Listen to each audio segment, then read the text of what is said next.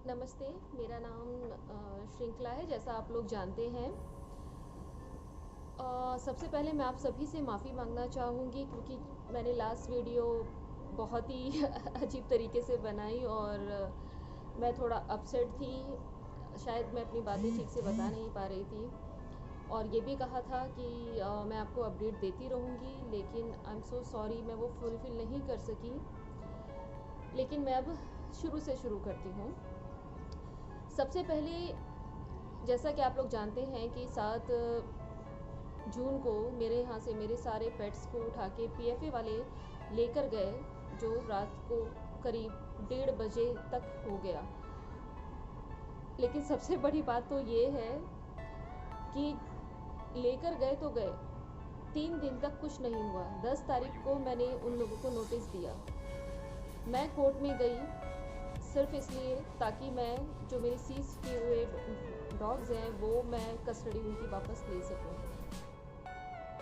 उस दिन जो पंचनामा हुआ वो पंचनामा तो कोर्ट में कभी आया ही नहीं। वो एक सिर्फ दिखावा था। जिस पंचनामा में जो चीज़ रिकॉर्ड हुई वो पंचनामा ही गायब था। नेक्स्ट डे जब मैं गई पुलिस स्टेशन एफआईआर करने के लिए तो मेरा एफआईआर लिया ही नहीं गया। मुझे नहीं पता, मतलब क्या चल रहा था, क्या हो रहा था, ये मुझे कुछ भी नहीं पता था। लेकिन जैसे जैसे मैं गई तब मुझे पता चला कि क्या इशू है। फिर उन्हें मैंने जैसे ही सम्मन भेजा, कोर्ट में वो लोग अपेयर होने लगे, तब जाके मालूम चला कि ये क्या चीज़ें हैं। मेरे खिलाफ एक लेडी है जिसने मेल किया था। जैसा मुझे कहा जा रहा है, मैं वही चीज़ें आपको बता रही हूँ कि उन्होंने मेनका गांधी को मेल किया कि they are crying for help और वो बहुत बुरी हालत में है, पर मेरा जो आइडेंटिफिकेशन है वो उसे डिस्क्लोज ना किया जाए। मैं ये पूछती हूँ उनसे, क्या मैं आम एम्यूशन का कोई इलीगल रैकेट चला रही थी वहाँ पे, या फिर कुछ ड्रग्स बेच रही थी, क्या कर रही थी? अगर मैं गलत थी तो आप बिना डरे अभी बता सकती हैं ना।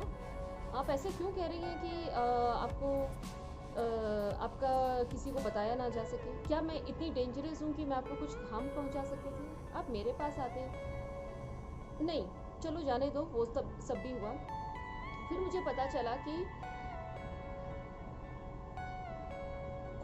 जब मैं एनिमल वेलफेयर बोर्ड गई तब मुझे पता चला कि कोई भी व्यक्ति क्रूलिटी के खिलाफ आवाज़ उठा सकता है, वो कंप्लेन कर सकता है। इट्स ओके, आप क्रूलिटी शो करो, मुझे दिखाओ, मेरे ऊपर आप जो भी एक्शन है वो ले सकते हैं। बट इलीगल जो ब्रीडिंग आपने बाद में डाली, क्योंकि उन्हें क्रूलिटी मिली नहीं थी, जब उन्होंने इलीगल ब्रीडिंग डाली तो वो आपका पीएफए का काम नहीं है, वो एनिमल वेलफेयर बोर्ड का काम है। और एनिमल वेलफेयर बोर्ड ही मुझे इंटीमेशन दे सकता है इसके लिए, ना कि पीएफए।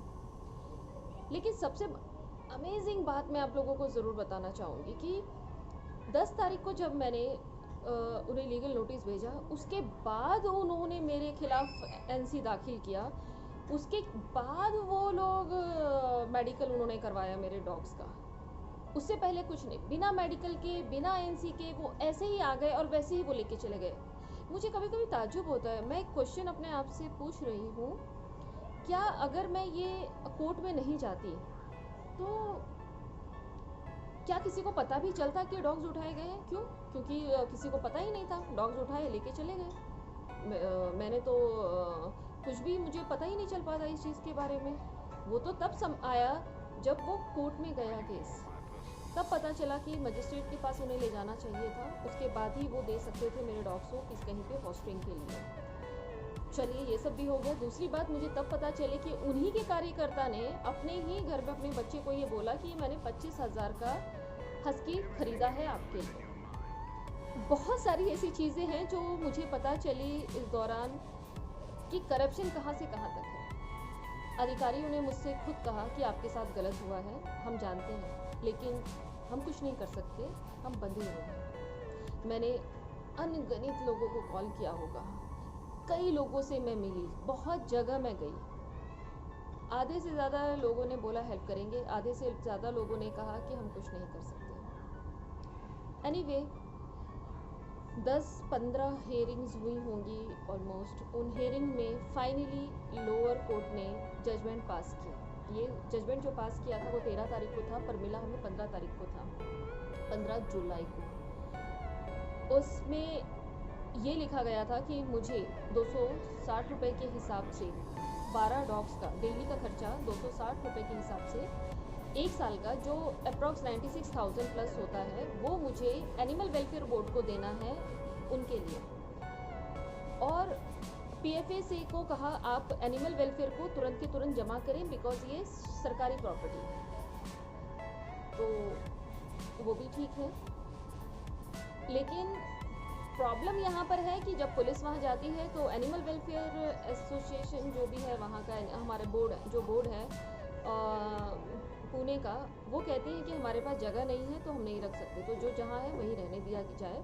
और एक लिस्ट दे दी गई कि आप इनमें से देख लीजिए, इस लिस्ट में से जो भी जगह जो भी रखना चाहता है आप उनके तब तक ये डॉग दे दीजिए, क्योंकि गवर्नमेंट प्रॉपर्टी है और ये जब तक ये केस चल रहा है तब तक ये उनकी कस्टडी में ही रहेंगे। मैंने बोला ठीक है, मैं पुलिस स्टेशन के चक्कर लगा रही हूँ, मैं कोर्ट के चक्कर लगा रही हूँ, फिर पुलिस स्टेशन, फिर कोर्ट। फिर पता चला कि 260 रुपये के हिसाब से मेरे डॉग्स को कोई भी रखना नहीं चाहता है।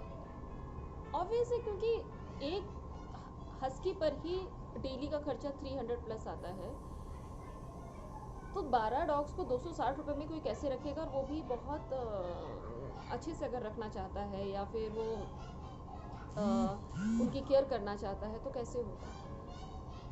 कई ट्रस्ट वालों ने मना कर दिया, कई रीजंस दिए लोगों ने, हॉस्पिटल जो, और वो भी एनिमल वेलफेयर बोर्ड के जो पैनल्स में हैं उन्हीं को वो जाएंगे, प्राइवेट किसी भी कैनल्स या किसी भी बोर्ड को नहीं जाएंगे वो डॉग्स, ऐसा कहा गया। अब मेरा एक और क्वेश्चन होता है कि जब वो किसी के पास जगह नहीं है और मुझे ही पे करना है, तो आप मुझे ही क्यों नहीं दे रहे हैं वो उसकी कस्टडी, क्यों नहीं दे रहे हैं? जब मैंने ये पूछा तो वहाँ पे बताया गया कि मेरे पास कोई लाइसेंस नहीं है, इसीलिए वो मुझे नहीं दे रहे हैं।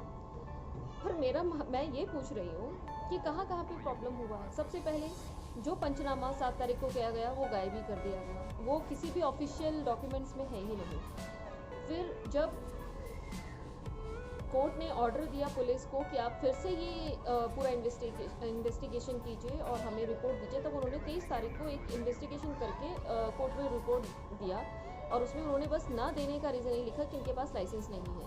पर उन्होंने जो चीज़ लिखी वो चीज़ पुराने पंचनामा से 90% मैच हो रही थी, जब वो थी ही नहीं।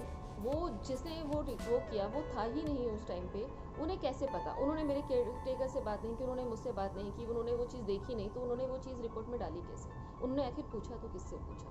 कुछ नहीं पता। मैंने फिर भी हार नहीं मानी। मैं जूनियर कोर्ट में जब उन्हें पता चला, मैंने उनसे एक बात पूछी थी, दैन मैंने ये पूछा था कि do you feel that I am guilty, तो उन्होंने कहा नो,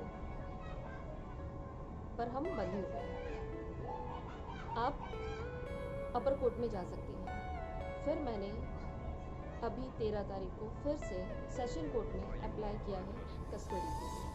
आई होप इस बार न्याय होगा, क्योंकि कई सारे लूप होल हैं यहाँ पे और उन्होंने बहुत बड़ी गलतियाँ की हैं, उन्होंने लॉ को फॉलो नहीं किया है। क्योंकि मुझे अभी तक दिखाई नहीं है वो डॉग्स कहाँ रखे, मेरे बच्चे किसके पास है, नहीं है, मतलब अगर अच्छे हालत में भी है तो मुझे क्यों नहीं दिखा रहे, मुझे मिलने क्यों नहीं दिया जा रहा उन लोगों से, किस बेस पे वो मुझसे डिमांड कर रहे हैं कि मैं उन्हें खर्चा दूँ, और खर्चा अगर मैं दे रही हूँ तो मेरा पूरा अधिकार बनता है कि मैं उनसे मिलूँ और वो देखूँ कि आप उन्हें ठीक से रख रहे हो या नहीं रख रहे हो, क्या आप मुझसे बेहतर तरीके से रख रहे हो उसे। वो कहते हैं कि गौशाला में कहीं दे दो। जो लोग बचपन से साथ में पले बड़े हैं, अचानक उन्हें अलग अलग जगह पे छोड़ दिया जाता है, क्या वो मेंटल स्ट्रेस नहीं है? उनके साथ उन्हें ये भी नहीं पता कि 2 बच्चों के तो मेरे बर्थडे भी चले गए इस बीच में, जितना मैं बहुत रोई थी, खैर जाने दीजिए, लेकिन उन्हें ये भी नहीं पता कि किसका वैक्सीनेशन ड्यू था। इस 30 जुलाई को मेरे जेंडर का वैक्सीनेशन ड्यू था, जो ईयरली लगता है, नहीं हुआ होगा, आई एम श्योर नहीं हुआ होगा। बहुत सारी ऐसी चीज़ें हैं मैं बता सकती हूँ। मेरा गुस्सा इतना ज़्यादा बढ़ा हुआ था, मतलब मैं इतने डिप्रेशन में थी कि मुझे नींद की गोलियां लेनी पड़ रही थी। उसका एक रीज़न था, क्योंकि मुझे ऐसी फीलिंग आ रही थी, एक ऐसा सुसाइडल थॉट आ रहा था, ऐसा लग रहा था कि मेरे शरीर का कोई अंग काट के लेकर गए हैं। वो ऐसी चीज़ हैं जिन्हें मैं रिप्लेस नहीं कर सकती, किसी भी चीज़ से नहीं कर सकती। उन्होंने मेरे पूरे फैमिली को तोड़ दिया है। उन्होंने सिर्फ मेरे डॉग्स लेकर नहीं गए, घर वाले जितना भी रो रहे थे, मुझे लेके परेशान थे, मेरे रिलेटिव्स भी आए। मुझे ऐसा लग रहा था ये हो क्या रहा है, ऐसे लग रहा है घर पे मातम छा गया है। मतलब फ़ोन आना बंद नहीं हो रहे फैमिलीज़ के, फ्रेंड्स के। इस दौरान उन्हें कोई भी प्रेग्नेंट फीमेल मेरे पास नहीं मिली। सिर्फ उसमें 3 डॉग्स जो थे वो 1 साल से बड़े थे, बाकी सब के सब अंडर 1 ईयर थे। उन्होंने मुझ पर क्रूरटी के लिए वो आए थे, लेकिन क्रूरटी उन्हें नहीं दिखी। उन्होंने फिर कन्वर्ट कर दिया तुरंत के तुरंत कि इनके पास इलीगल ब्रीडिंग करती हैं और ये इलीगल सेलर हैं। आपने मेरे बारे में पता किया, मेरा बैकग्राउंड चेक किया, कितनी बार आप आए, खाने में क्या देती हूँ, कब देती हूँ, कितना उनको मतलब प्रोटीन, विटामिन और कैल्शियम्स के टैबलेट चलते हैं, कितनी उनकी ग्रूमिंग होती है, कुछ उन्होंने पूछा? कितनी बार उन्होंने आके ये चेक किया? किससे पूछा ये सारी चीज़ें? चल रहा है इतना करप्शन, हर कोई एक दूसरे की कुर्सी बचा रहा है। मैंने उन पर केस किया है, लेकिन न्यूज़ क्या है कि उन्होंने मुझ पर केस किया है। अगर मैंने केस नहीं किया होता तो वो आते ही नहीं अपने कोर्ट तक। खैर जाने दीजिए, स्टेबल हूँ मैं अभी, लेकिन नहीं, हार नहीं मानी है मैंने। मैं अभी भी लड़ूंगी और आगे भी लड़ूंगी। जब तक मेरे डॉग्स मिल नहीं जाते मैं तब तक लड़ूंगी। थैंक यू सो मच उन लोगों के लिए जिन्होंने मुझे सपोर्ट किया। मुझे इतने सारे, मैंने सबके कमेंट्स पढ़े हैं, सब ने बोला कि प्लीज़ आप नाम बताइए। मैंने जैसा कहा कि PFA पूना है जिन्होंने मेरे डॉग्स उठाए थे, और मैं लड़ रही हूँ। पॉजिटिव नेगेटिव सब तरह के मुझे कमेंट्स आए हैं, लेकिन सपोर्ट देने के लिए थैंक यू सो मच। कई कॉल्स आए ऑल ओवर इंडिया से जिन्होंने मुझे मॉरल सपोर्ट दिया। मुझे बहुत सारे लोगों ने सपोर्ट किया, वो कोर्ट तक भी रेगुलर आते थे मेरे साथ खड़े हुए।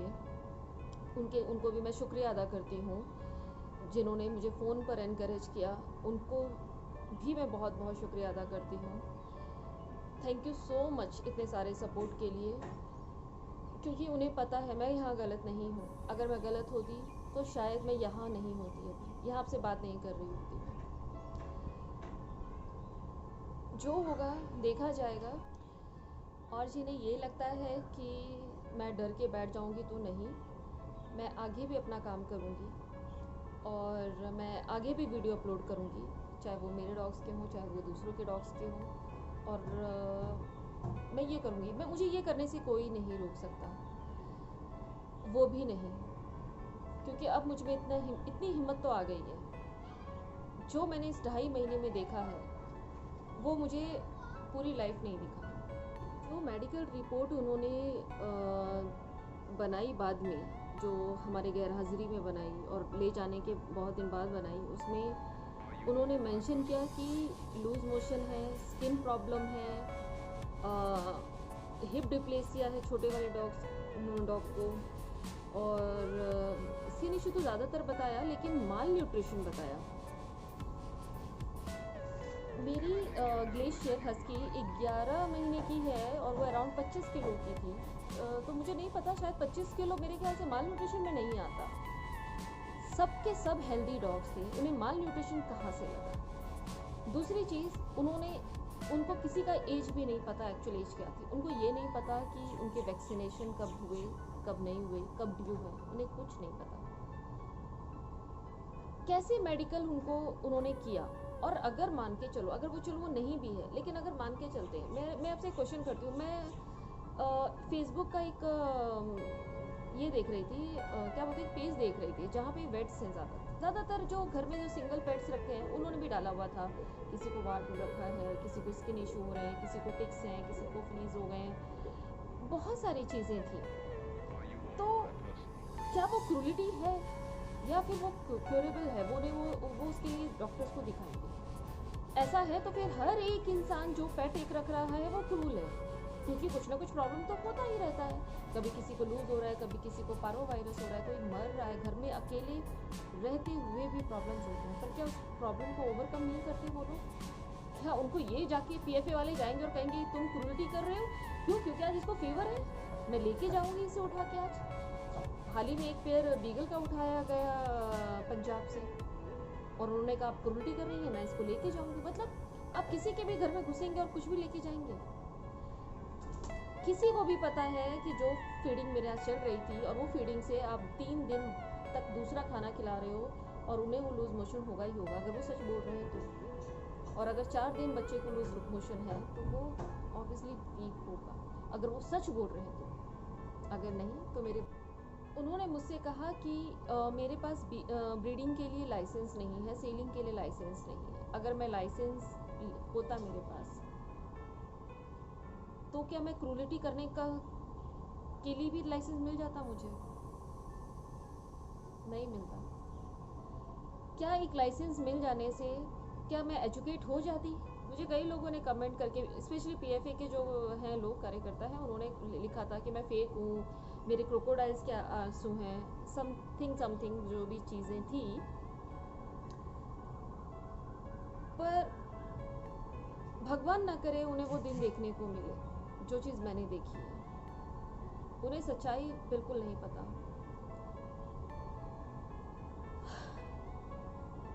वो नज़ारा आज भी, वो रात आज भी मुझे सपने में डराती है।